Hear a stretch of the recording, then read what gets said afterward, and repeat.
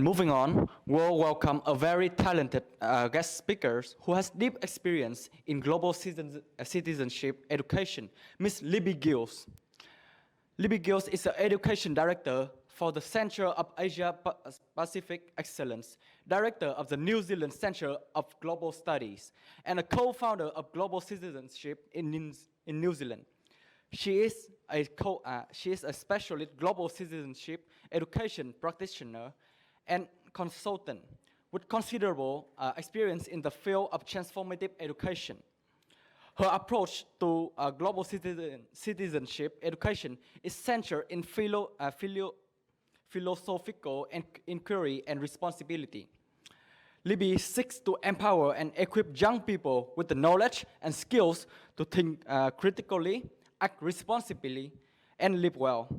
Libby is committed to meeting local and international educational requirements and goals for transforming educations and to helping others to do the same by sharing practical experience. Welcome, Ms. Libby.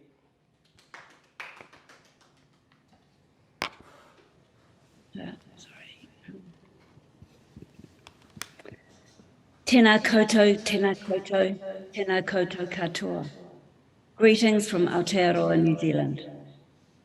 I acknowledge and thank the people and places represented at this conference, and thank the hosts for inviting me to share some ideas on the boundaries of global citizenship. Global citizenship education knows no boundaries. A holistic, intellectually sound, and practically applicable framework for transformative education, it engenders empathy, priorities well-being, and provides the critical thinking skills required to flourish in a complex world. Global citizenship education has deep roots and its reaches far. Why is that? Because at its heart is the global citizen. Who is a global citizen? Citizenship is defined in two parts: the state of being a member of a particular country and having rights because of it, the state of living in a particular area and behaving in a way that other people who live there expect of you. In the absence of a meta-sovereign to give us rights, none of us are global citizens. It is behavioral responsibility that gives legitimacy to the notion of global citizenship. Responsibility to respect and promote human rights, cultural diversity, the environment, and peace. Responsibility to behave the way others expect and as we expect of others. The responsibility to live together in this way makes global citizens of us all. This is about being a decent human being, and to do that we need a deep understanding of who we are and our connection with other people in the world. Responsible behavior is key.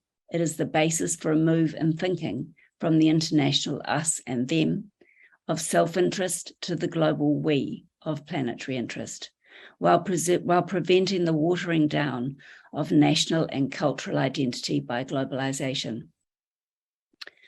Global citizenship isn't a new idea. Responsibility for each other and the environment is a given for indigenous peoples and ancient civilizations. Socrates identified as belonging to the world, and Diogenes of Sinope is credited with being the first cosmopolitan individual with his claim, "I am a citizen of the world." Referencing Dr. Kennedy Graham in his essay, global citizenship is as old as political thought. Universalism was assumed. Polities were divinely ordained, and indigenous religions and Eastern philosophies sought cosmic insight from nature. From Professor Kwame Anthony Apia's work, modern global citizenship or cosmopolitanism recognizes that while belonging to a moral community, we are entitled to different ways of life. Cosmopolitanism is a particular tradition of talking about global citizenship with two strands. The first is the idea that we are all collectively responsible for each other and that we are a kind of single moral community, but that at the same time we're entitled to different ways of life. That is universalism plus difference. Universalism assumes a position that a universal ethic applies to us all, regardless of race, gender, religion, sexual orientation, nationality, or any other distinguishing feature. Global citizens do not expect everybody to become the same. The fact that there are disagreements around the world should not make us think that we can't live together. At the individual level, polls tell us that more and more people are identifying as global citizens. What global citizenship means to those people varies and includes the ability to communicate, travel, gain economic power, and tackle the world's problems in a spirit of togetherness. Togetherness is the operative word. It's not about us and them, but we. And that is not to suggest any loss of national, cultural, or Indigenous identity. This may go some way to answering questions around some of the tensions between cosmopolitanism, nationalism, and the suggestion of either or belonging or identity. Gaining an understanding of concepts around global governance and common goods is essential to understanding the responsibilities that go with possession and enjoyment of natural resources, allowing them to be managed in a way that is likely to promote and respect peace, diversity, rights, equality, and the environment. Beyond the nation state, we share the planet and the global commons. According to Professor Carlos Torres, the notion of the global commons is grounded in three principles. Firstly, the idea that people who are all equal can live in an ever-growing, diverse world. The Earth is our home, and we have to protect it through global citizenship and sustainable development education. The idea that global peace is a treasure of humanity and the need for people who are all equal to live together in a diverse world while achieving their inalienable rights to life, liberty, and the pursuit of happiness. Globalization homogenizes and threatens diversity, or at least commercially, distancing personal and societal responsibility from local activity. A hybrid term has been coined, glocalization, the simultaneous occurrence of both universalizing and particularizing tendencies in contemporary social, political, and economic systems. It points to the interconnectedness of the global and local levels. It spells neither the end of geography nor the decline of diversity. In the UK, Oxfam's curriculum for global citizenship, a global citizen participates in and contributes to the community at a range of levels from the local to the global. Global citizenship education links directly to the hidden face of human rights and other collective duties, responsibility. According to the principles of universal responsibility, the exercise of one's responsibilities is the expression of one's freedom and dignity as a citizen of the world community. Global citizenship education teaches and enables individuals to exercise their freedoms and dignity responsibly. The development of education for global citizenship is as exciting as it is urgent. Rapid technological advancement paves the way for global problem solving, at the same time as the Earth and all that lives on it face unprecedented challenges and existential threats, including climate change, rising nationalism, pandemics, and violent extremism. Global citizenship is about being responsible and ready for the complex and rapidly changing world we are now in. So what is global citizenship education?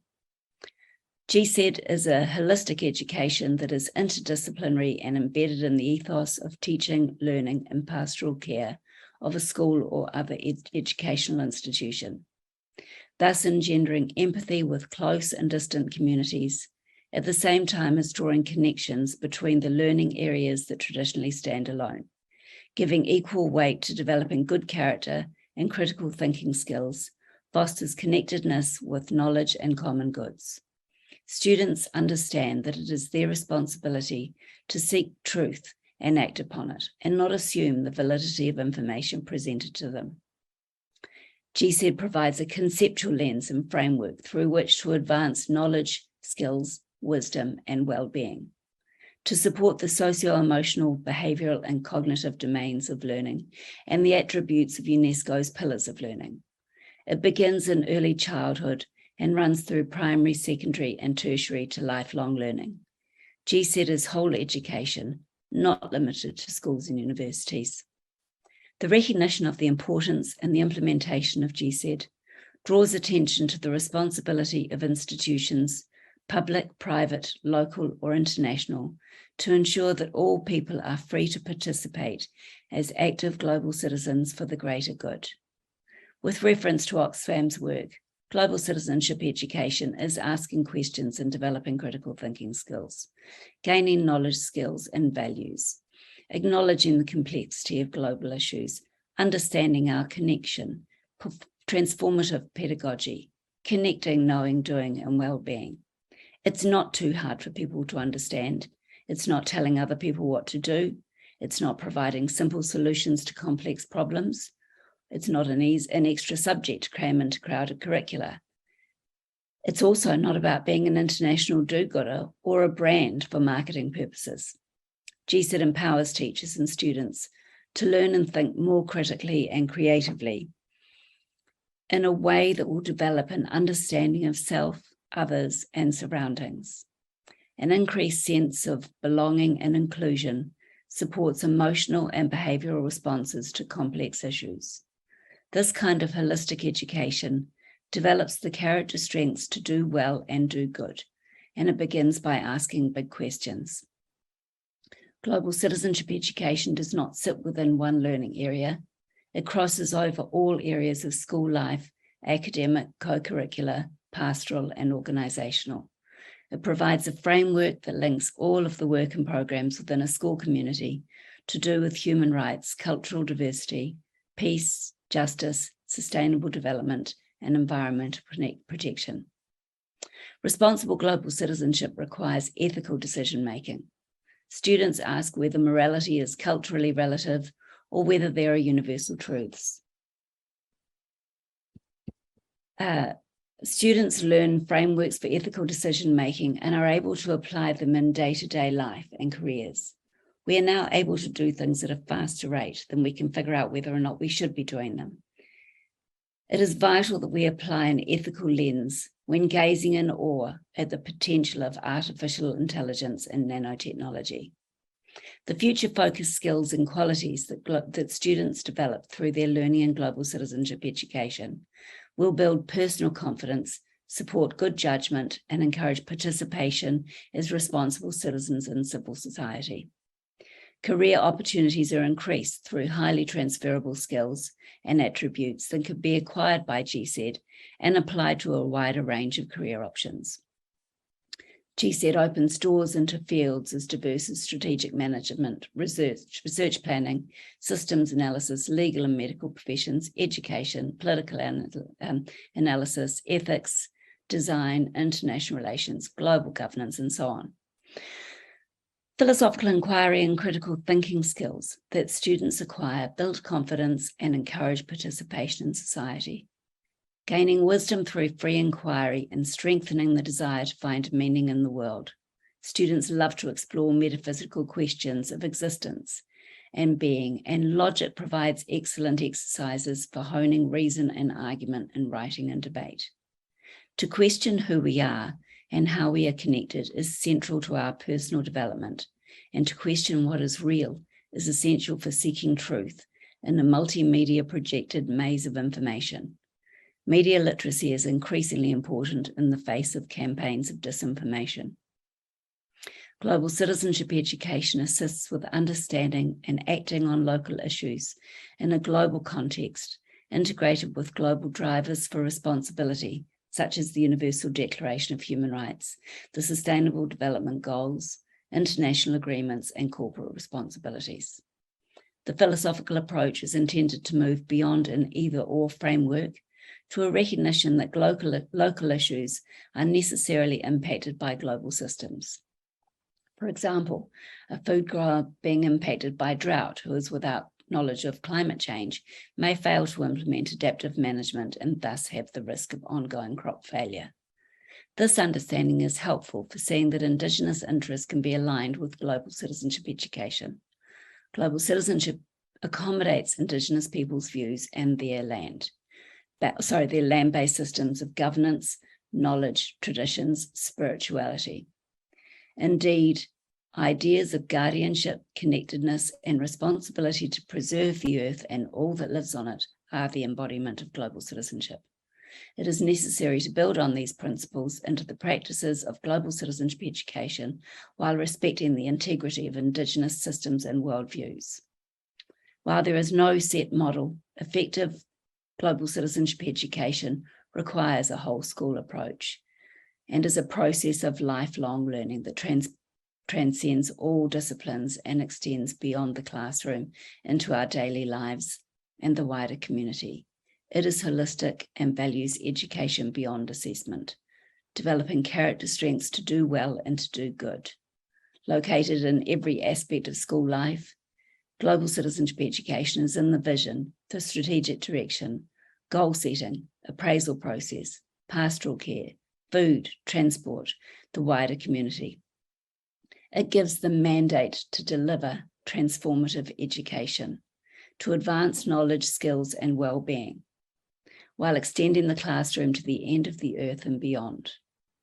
The Centres of Asia Pacific Excellence Education team supports teachers in schools in New Zealand to embed GCED.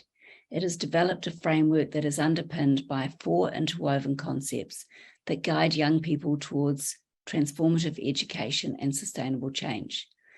These concepts teach learners to understand 3 big ideas about global citizenship, know about global citizenship through local and global contexts, act in response to global challenges, and change the future through critically evaluating. The 3 big ideas are global identity, global connection, and global challenges. In the New Zealand context, equipping learners with the knowledge and skills to respond to the challenges facing our world today comes from strengthening their knowledge about the bicultural relationship and the histories that have shaped Aotearoa New Zealand, as well as the environmental challenges and socio-economic inequalities that impact on our collective well-being. Regionally, New Zealand is positioned within the Asia Pacific and shares important connections with our Pacific, North Asia, Southeast Asia, and Latin American neighbours. Young people learn about global citizenship by developing knowledge of the cultures, languages, histories, and environments within the Asia Pacific region.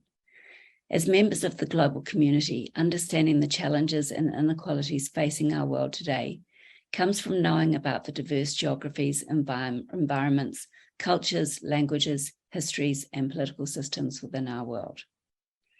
In New Zealand, ACO is a 2-way teaching and learning process. ACO describes a teaching and learning relationship where the educator is also learning from the student.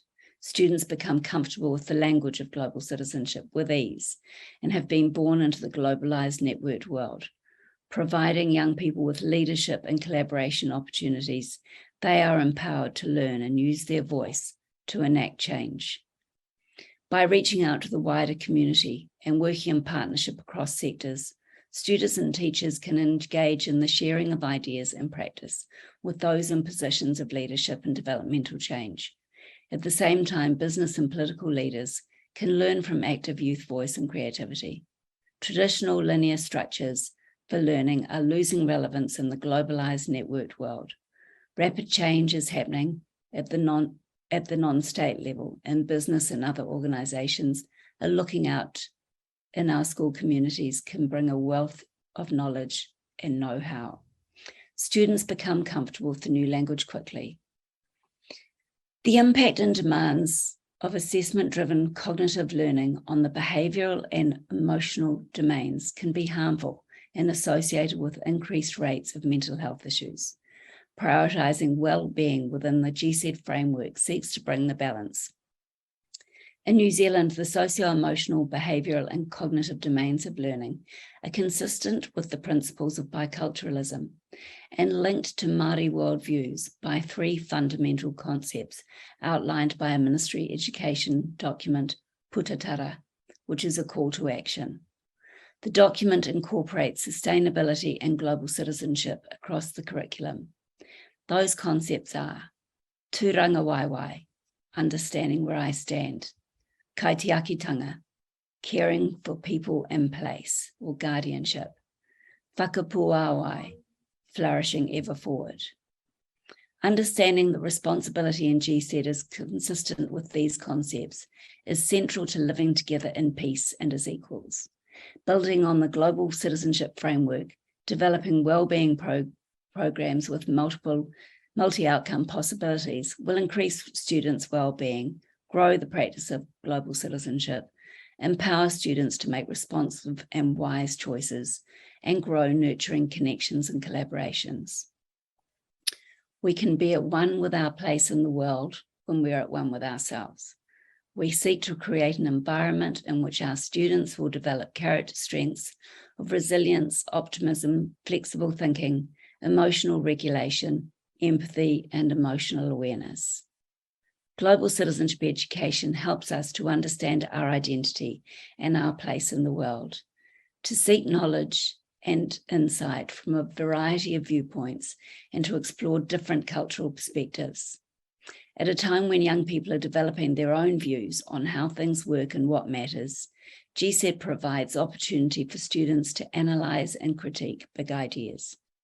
By participating in the reasoned exchange of ideas in the classroom, students develop greater tolerance and respect for others. Critical thinking, values, and principles required by global citizenship education leave no room for ignorance of the wants and needs for others. People educated as global citizens will recognise the essential role of empathy in human flourishing. To start drawing this to a conclusion, global citizenship education embodies so much of what modern learning is all about, from the examination of complex systems to philosophical inquiry in the world that's forming around us. How do we come to grips with the fact that the world is now an interdependent whole? How do we encourage people to think beyond their community and national borders? While the internet and globalization have helped us connect as global citizens, societies around the world are still plagued by division and inequity. What brings us together is the planet itself. That's the enduring sentiment of the Paris Agreement, which represented a sea change in the thinking that characterizes the moral imperative to act responsibly and collectively. State interests are unable to be met without acknowledging the planetary interest. Let's move our thinking from international to global. We are in a defining moment for global citizenship. No matter how isolated our homes or borders we have become over the last few years, we are more connected now than ever by issues and interests that know no borders. COVID is not the first or last global disruption. The global seismic shift since COVID-19 pandemic certainly requires re-evaluation of education. I don't think global citizenship needs to be redefined, but I do think it needs to be understood. We do need to re-evaluate education in the framework of a somewhat still current or possibly post-pandemic context. It is a moment for transforming education and not just tinkering around the edges with minor adjustments. Understanding global citizenship is essential. Its roots are deep, its reach is far, and its principles remain relevant. Who knows what new normal will be, is or will be. UNESCO's slogan, "Changing Minds, Not the Climate," captures the essence of global citizenship education in this moment of change.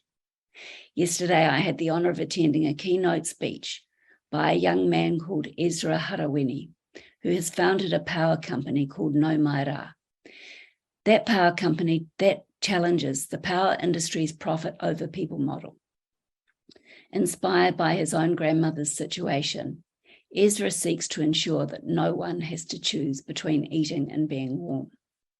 My favourite line from his presentation was, "I'm not doing this because I have to. I'm doing it because it's the right thing to do." Ezra is the modern global citizen. He thinks critically, acts responsibly, and lives well.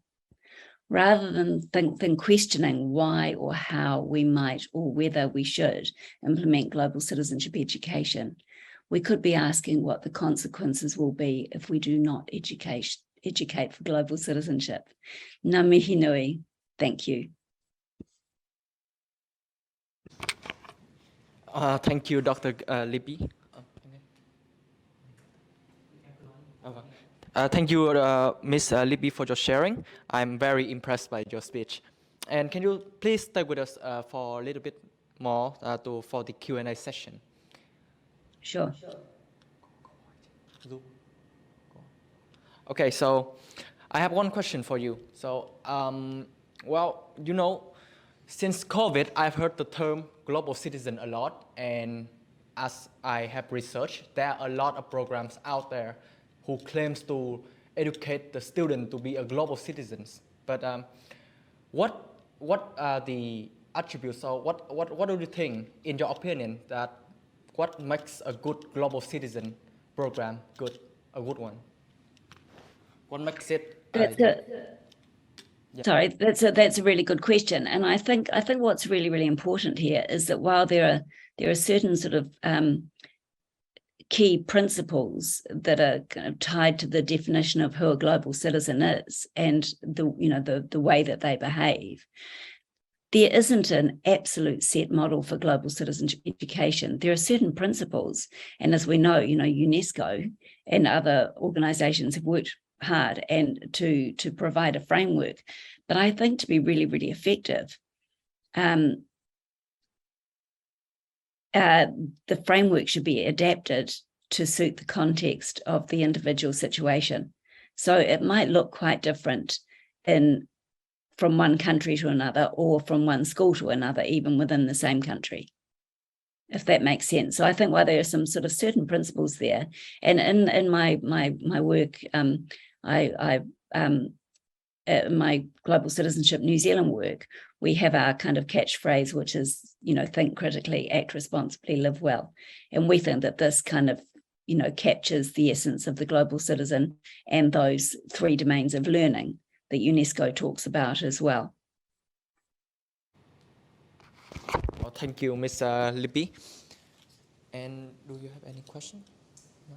I think that I've heard that's very good sharing. So Okay, thank you. answer all my questions. Okay.